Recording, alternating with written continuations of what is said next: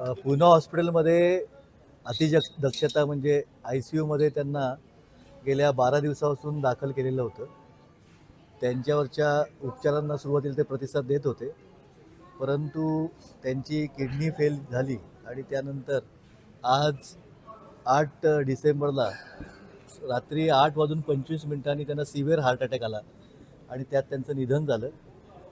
या देशातल्या ज्येष्ठ समाजसेवकाचं डॉक्टर बाबा आढाव यांचं पार्थिव उद्या सकाळी 10 वाजल्यापासून त्यांच्या सगळ्या चळवळीचं केंद्र राहिलेलं आणि इतरही परिवर्तनवादी चळवळीचं केंद्र राहिलेल्या हमाल भवन मार्केट यार्ड पुणे येथे सकाळी 10 वाजल्यापासून ते संध्याकाळी 5 वाजेपर्यंत बाबांचा देह अंत्यदर्शनासाठी ठेवला जाणार आहे. आणि उद्या संध्याकाळी 5:30 वाजता पुण्यातल्या वैकुंठ स्मशानभूमी नवी पेठ येथे कोणत्याही धार्मिक विधीशिवाय त्यांच्यावर विद्युत दाहिनीमध्ये अंत्यसंस्कार केले जातील.